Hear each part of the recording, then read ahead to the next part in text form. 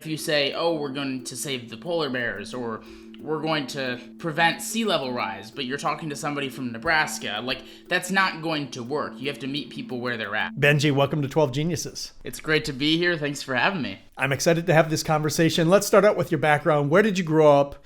What did you study and where did you study? And how did you get interested in the topic of the environment? Well, it's a great question, and it goes back all the way to the 2008 presidential election. So I'm 26 years old, so if you do the math, I was pretty young when the 2008 presidential election was happening, and my parents had it on in the background, a debate between John McCain and Barack Obama, and I became super fascinated by the political process, not because my parents were into it. In fact, they were using that debate as an opportunity to figure out who to vote for, but I was just fascinated by what was happening on TV, and I wanted to be involved. So the minute that debate was over, I asked my parents to use their computer, and I looked up what the different platforms were for both political sides, and decided that I wanted to be active in conservative politics. So I was active in conservative politics from basically age 10 until, the conversation that we're having now, so till today.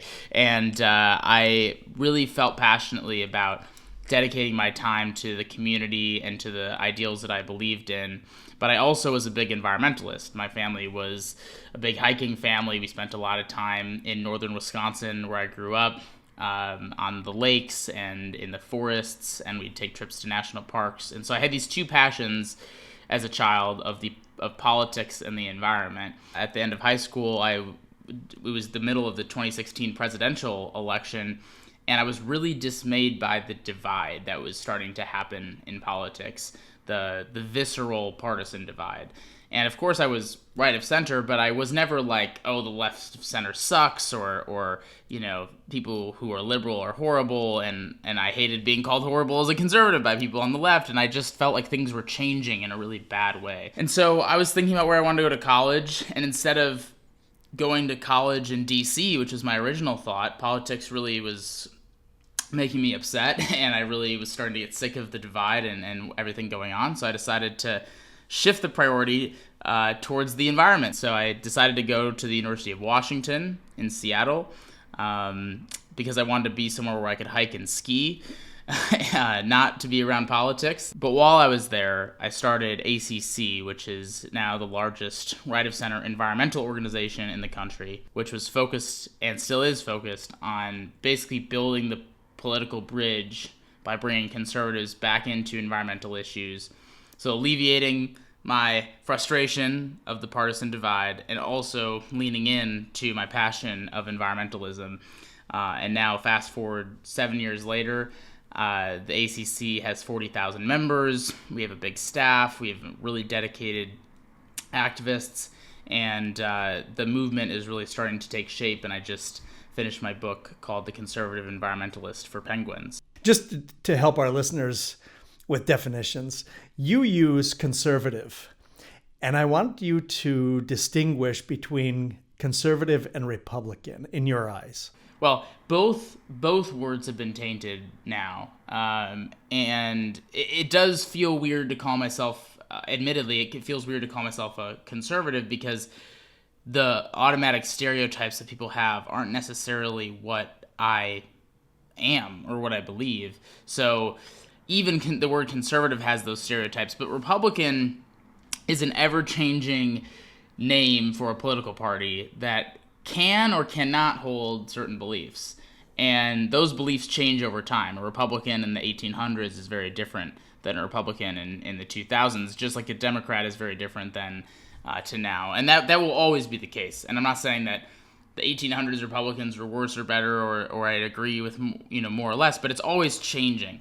Conservative principles and conservative beliefs are what I got inspired by. But I also feel like that word has been hijacked too, but it still is the most closely aligned word to where I'm at, which is the belief that people and individuals and communities in general make better decisions than the government, and that the marketplace and the American spirit of ingenuity and competition are better, is a better way to focus our time and energy than the government as well, and that individual liberty and freedom and the American spirit of freedom is something that is, really to be cherished, and that we have these values in America that are not perfect and they need to, move towards greater things, but that they have brought so much prosperity and beauty to the world. And those are, in my mind, traditional conservative principles. And I think it's important for listeners to understand that conservation and conservative are not oxymorons. No. They have gone together in the past, and you write about this in your book. You talk about Teddy Roosevelt, and you talk about even Richard Nixon starting the EPA and Ronald Reagan. And maybe you could just talk a little bit about the history of conservation and conservatives. Yeah, I mean, it's a rich history. And again, it goes back to the fact that conservative principles inherently are about what I was just explaining, but they're also about inherently conservation. It's literally in the name of conservative to be a conservationist, and you look back at history and that's true. And it's not that long ago that things started to change. I mean, even in 2012 and 2008, John McCain and Mitt Romney were very much pro-conservation and pro-environment and even pro-climate. So it's not like something changed back in the 40s. This is something that's very recent. And if you want to look that far back, you can look at Teddy Roosevelt, who created basically the national park system as we know it today. You can look at Richard Nixon, who created the Clean Air Act, the Clean Water Act, the Endangered Species Act, who basically is the reason the Environmental Protection Agency is what it is today. You can look at George H.W. Bush, who set aside more public land than any president in recent history.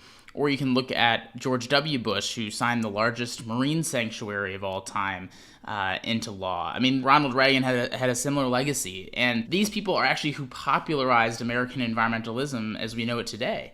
So this used to be, not to say that the right has always had the right answers, or that the right, but when the right was leading on this, they were actually working with Democrats. I think that there's this frustration in America, this underlying frustration from most Americans about this issue being partisan. Even if they feel like the left's ideas suck or that the right has abandoned it and they're all, climate deniers, I think most people, no matter how frustrated they are with either side on this issue, can agree that this issue has become hijacked by partisanship and that it used to not be this way. But for my generation, all we've seen is the past 10 years, which is blatant partisanship, blatant viciousness and visceralness on it. And it's so unnecessary because we've seen in the past that it didn't used to be this way. And it was actually led by the party that is seen as the party that's against it now. And I think that while that's frustrating, it's also proof that it doesn't have to be that way. I'm curious, when you went to the University of Washington, if you felt some backlash because of your political beliefs and you are an environmentalist, if some of your peers said, well, that doesn't seem right, you can't be both. I was expecting to feel that. And while there were, little instances of it here and there, I actually was really inspired to see the response from people. The University of Washington is a very liberal campus. I was probably in the top 5% most conservative people there, and I'm about as independent as they come in terms of, being center right. But people loved that a right-of-center person was engaging on the environment and climate, and it was further proof that this was an issue to build bridges on. I mean, I could talk to some of the most liberal people on campus, and in fact, a lot of them have become my biggest supporters because they know that I want to make a difference on this issue firsthand because they've met me and they've talked to me and they went to school with me. A lot of the really most liberal people have been my biggest supporters from the University of Washington because they respect and admire the fact that and understand that we need to have the right at the table and that we're not going to achieve any of the results that we want to without it. And when I got that response from, liberal students, liberal faculty, I was proven that this was something that could work. And it gave me the inspiration to keep going because, especially in the early days of ACC, most of my time was spent on this campus. And to be constantly reminded that people on the other side would also support me in that effort was a good reminder that it was an effort worth, pursuing. And that has not changed to this day. And again, I could point out little instances of where people found it to be an opportunity to go after me or be nasty or be partisan and assume the worst and assume that I'm just a wolf in sheep's clothing. But I'd be lying if I said that was the norm. And so to me, it's like, that's not worth focusing on. What's worth focusing on is really that most people, even on the left, who are steadfast liberals, steadfast partisan Democrats, don't want conservatives to be removed from this conversation, which is really cool. Well, I think that it probably gave you an opportunity to be a very effective communicator when you have to communicate with people from the other side, and that has helped you build consensus. And let's talk about consensus building, because you've been successful building consensus between conservatives and liberals. Can you talk about some of your successes here? I mean, in the past 5 years, largely due to our work, and we do not act alone. There are some amazing partners who have helped forge this too.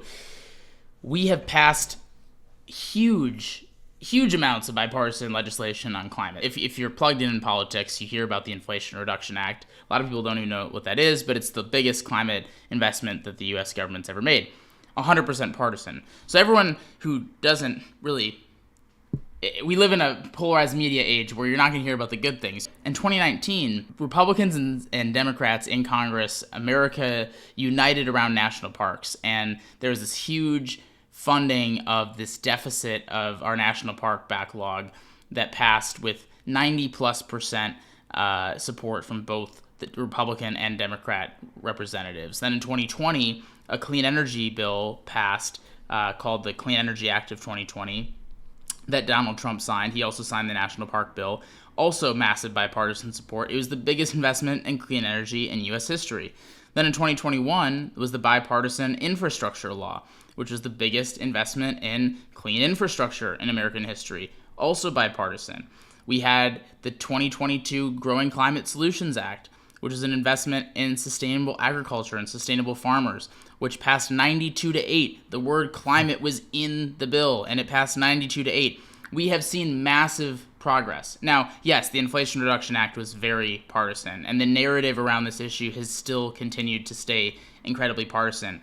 But we have seen some of the biggest investments in history in public lands, clean energy, and infrastructure all come with massive bipartisan support. That wouldn't have happened 10 years ago, and it wouldn't have happened without ACC, and it wouldn't have happened without the activists that we have.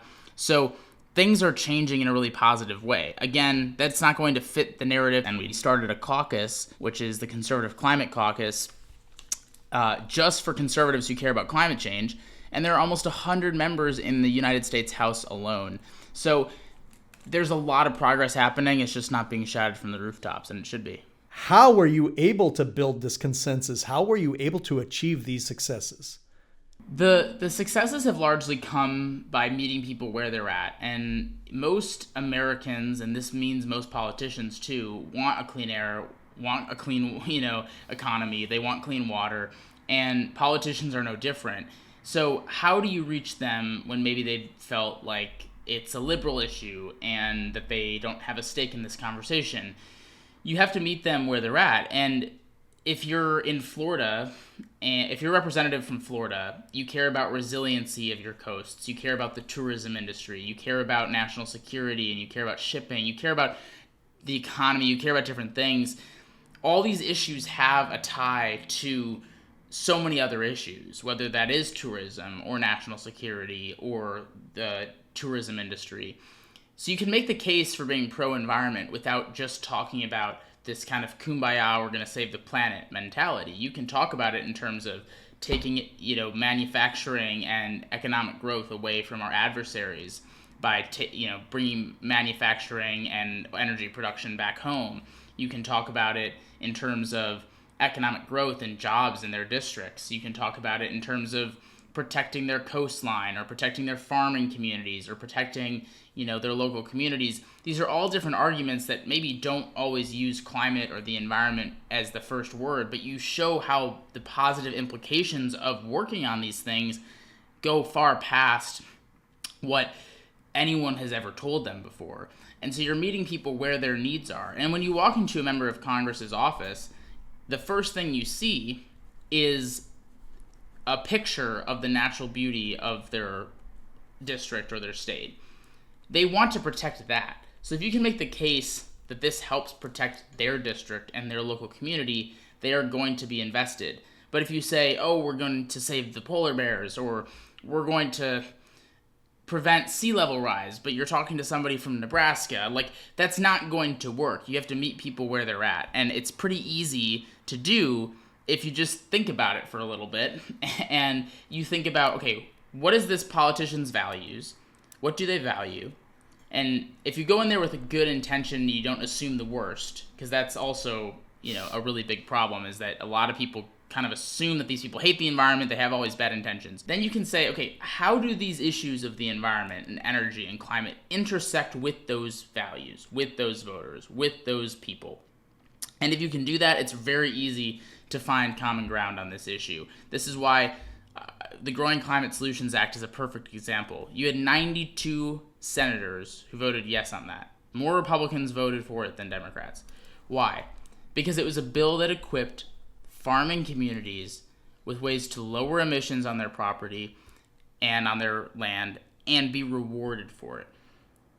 A Republican senator in a farming-centric state is going to love that for different reasons that maybe a Democrat who's trying to save the planet, but the same outcome. And so you're meeting people where they're at, you're finding common ground, and then it starts to snowball into more opportunities that are even bigger and better than the last. I feel like the tactics that you're talking about, meeting people where their needs are, understanding their values, really requires empathy, which can and should be used to solve any difference that we have on any issue, right? It's not just climate. It's really just helpful information for people. So we're pitting each other against one another in a very, very visceral way that is pretty unnecessary. Just because somebody doesn't see eye to eye with you and has different values with you doesn't mean that they are nasty or that they don't care or that they're evil. They have different needs and different values that are actually not that much different than your own, but they've been positioned by the media and talking heads as very different. And if you try to come with empathy, you'll realize that, like, most people want safe communities. Most people want clean communities. Most people want the economy and their local area to be thriving. They want their schools to be good. These are like commonalities that are surprisingly, for some reason, unanimous across all communities in the country, even though we feel like they're not. And if you come with empathy, especially with a politician that you might quote unquote hate, you can really realize how much alignment you have, even if you might not want to vote for that person still. We have a national election coming up in November of this year. It's going to decide the presidency and a lot of congressional seats. The economy typically ranks high among important issues. Where does the environment and climate change rank coming into this election? Not very high. We have young people put this in the top 3 issues that they vote on pretty much every election. I don't see that being different for this election. And so that makes a big difference because the youth vote is becoming more and more important in every election going forward and has dictated the outcome of many of these kind of swing states. So it is very important for a key demographic, but overall, for all voters, it's not a very highly ranked issue. But what it is a litmus test. If you run on an anti-environmental or anti-climate platform, you will not be taken seriously by a lot of people and a lot of voters, the majority of voters. The vast majority of voters believe the environment is a top priority and believe that climate change is real. And so if you come out there and say the environment is not a top priority or climate change isn't real, it might be your 10th issue that you think of as most important. But it's a litmus test of, okay, well, it might be my 10th most important issue, but if this person doesn't believe in climate change, then I don't know if I trust them on other things. Maybe I don't trust them on my number 1 issue, for example. So that's where the breakdown happens, and especially once you look at the younger voters who put this in the top 3 for their constituency, if you have a litmus test and you have a politician who says they don't believe that this is a top priority, you are going to lose young voters nearly every time. But when it's a litmus test, it doesn't matter where it's ranked, you have to be on the right side of it.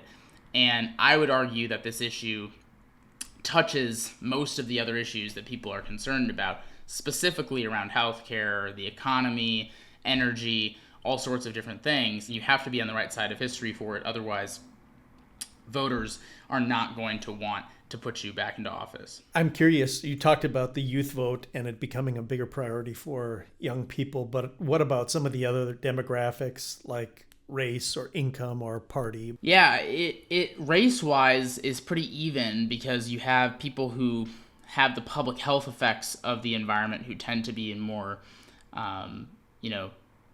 black, brown communities tend to have a disproportionate impact from environmental harm than those in white communities. And so the environment to them is a very different priority. It's the same priority, maybe even a higher priority, but for different reasons, I guess is my point.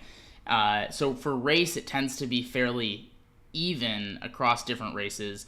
In terms of income, it does tend to be a higher priority for higher income people because they're not as worried about some of the other political issues of the day.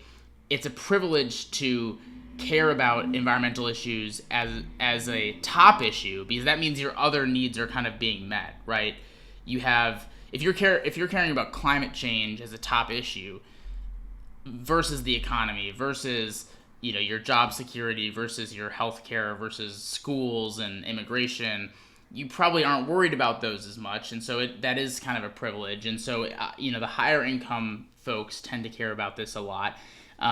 And actually, geographically, it does matter a lot as well. If you live near the coast or you live near a place where you're seeing extreme weather events more, it tends to be a bigger issue. So if you live in Colorado or Utah, where the winter industry with skiing and snowboarding are a big part of the lifeblood of the economy, it's a bigger priority than maybe in Wisconsin, where I grew up, where it's still big, it still has an impact on a lot of different things in the state, but it's not dictating whether or not the state has a good economic year. You've talked about how consensus has been built among politicians. The majority of Americans believe there is human-caused climate change. How do you recommend we have better discourse on the subject in our homes and within political institutions? And maybe just let's focus on our homes right now. Yeah, we've all been around a Thanksgiving table where politics has, reigned supreme and things have become debated and heated.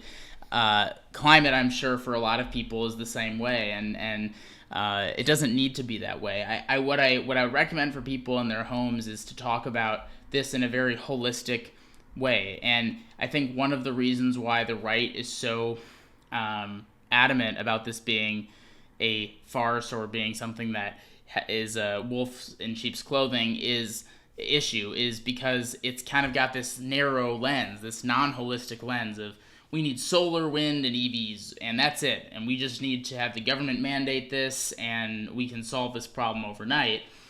And there's a merit in the importance of those things, just like there's a merit in the conservative approach, which is saying we can't get rid of oil and gas, we can't exclude nuclear, we can't continue to ship out all of our manufacturing of solar and wind turbines to China and Russia and other countries.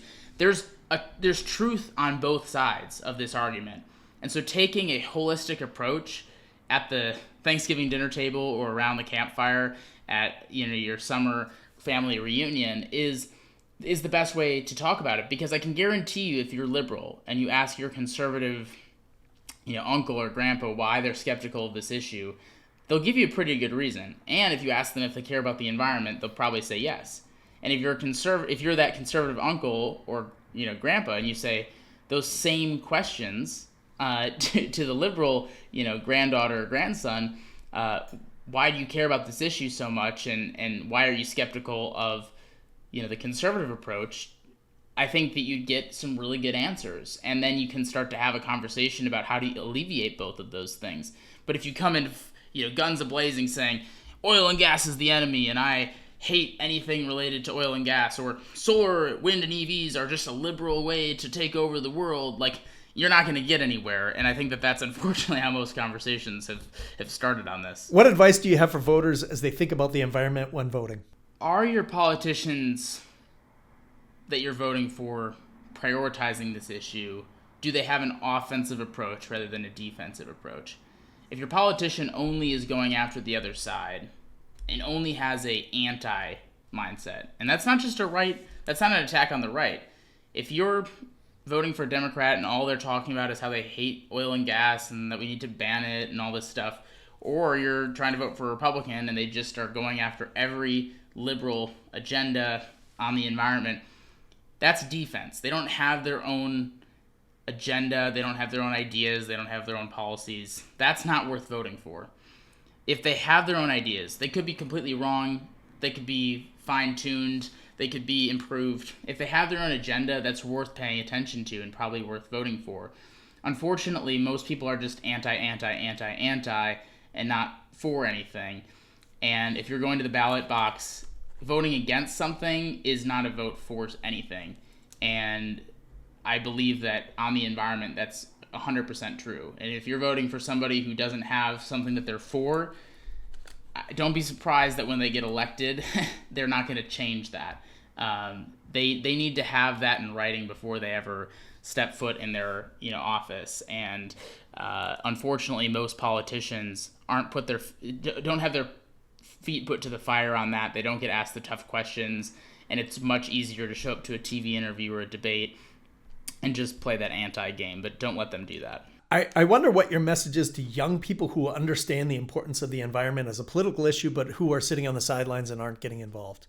And it may not be just related to young people. It could be anybody. What's your advice to them? I completely understand the dismay with politics, not only because it's so nasty and visceral, but because things don't seem to be changing, and the issues seem to be so big that it's not worth it, and we might as well just live our lives and hope for the best. But at the same time, that's understandable is the desire and the need and the absolute necessity for individual action to change the course of history. It is only unsolvable if we give up. It's only unsolvable if we don't lean in. We need entrepreneurs. We need policymakers. We need good ideas. We need local leaders. We need volunteers. We need activists. We need all sorts of different people to be participating in whatever way is authentic to them.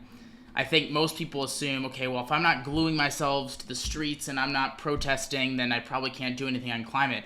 No, there's a way to engage for nearly every person, no matter who they are. I'm an entrepreneurial guy, so I like to do entrepreneurial things. I also like politics. But if you like local action and you want to be a part of, local trash cleanups or local, trail protection programs, or you want to, be a mechanic at a clean energy site, like there's just so many different ways to engage, and solving climate change is hard. Protecting the environment is hard, but we need people who understand that it's hard and difficult to actually change the course of history. We can do it. What fills you with a sense of optimism? My sense of optimism is always there because I believe that our brightest days are ahead if we want them to be, because I see real human beings working on building a better future together all the time. And they don't get the same media attention as the AOCs and Ted Cruz's do, but they're right outside our windows every day, and they're inside our homes every day. I've toured around the country and visited almost every state to understand what's going on environmentally in these different places. And these people quietly working because they just want a better future. They want a better future for their families. They want a better future for their communities. They're not doing it for some global phenomenon called climate change. They're doing it because they think it's the right thing to do. This is a movement that is going to take a lot of time to build, but there are millions and billions around the world of people who are dedicated to this. I believe we are going to solve it because I've seen firsthand how inspiring every person who's playing a role in building a cleaner future is. And it's happening everywhere. It's not just in liberal places. It's happening in rural places. It's happening in conservative places. It's happening in poor places and rich places. And I have not seen anything that's told me that I think that this is unsolvable. Can you paint a picture for your version of American environmentalism into the future? I think it's a return to the roots of American environmentalism, a love of the land, a love of nature, a love of wild spaces, and a desire to protect those places because we know how much we rely on them for our day-to-day lives, not just because of the beauty of it, which of course is a great part of it, but also because we rely on it for our day-to-day lives, and a reigniting of kind of the Teddy Roosevelt spirit of the great American outdoors. And that means something different for someone in the Midwest as it does for someone in the West. It doesn't need to be this huge national park that's beautiful. It's the prairies, it's the farmlands, it's the lakes, it's the forests, it's the trees, it's the oceans, it's everything. That's what American environmentalism is going to be about. And I believe that at its core will bring us to the best decisions, because we will be protecting the thing that we rely on most, nature, and we will be protecting something that makes us all super, super happy and makes us all feel grounded to something that is much bigger than each one of us individuals. Your book is called The Conservative Environmentalist, and I just wanted to mention one thing from the book, because you end the book by talking about a chance meeting with John Lewis, the late congressman. And what has fascinated me about John Lewis and his career is that he was so young when he got involved. I think he was 20 years old, and he was in these meetings with these civil rights giants, Martin Luther King Jr., Roy Wilkins, and all these giants. And he just never stopped. He just never stopped fighting until he was 80 years old. And so you met him, and I was thinking he was engaged in the fight of his generation. And I was thinking to myself as I read that, I'm going to be talking to this young man who's engaged in the fight of his generation, and you're so young. And I would just, my advice to you, or my hope for you, is just keep going, keep fighting, because it's so important what you're doing. And so thank you. Well, thank you. I mean, it's always amazing to hear that, because I think for most young people who have been active in this, it can feel pretty daunting. Not, obviously, I was just talking about how this is all solvable, but daunting in terms of how much work there is to do, and how young we are, and how much energy we need to put in, and being reminded that it's worth it is always really helpful. And that was a very inspiring interaction between John Lewis and I, and you look back at history, and most of the people who have been able to make the biggest difference, especially in the last 100 years, were able to start at a really young age, and that's continuing to be the case. And that's my message to young people, is that I'm not alone in this. I mean, my CEO and president of my organization are all under 30, and our whole staff is under 30, and all the organizations we work with, a lot of their biggest leaders are under 30, and all of our top volunteers are under 30, and this is our time. You're not too young. You can be 15 and not be too young. There's no really age barrier on this, and I think that young people have such an important role to play, and so people like you recognizing that and showcasing that and raising our voices up is always appreciated too. So thank you. Benji, I've loved this conversation. Thank you for your time, and thank you for being a genius. I'll be back anytime. Thank you so much.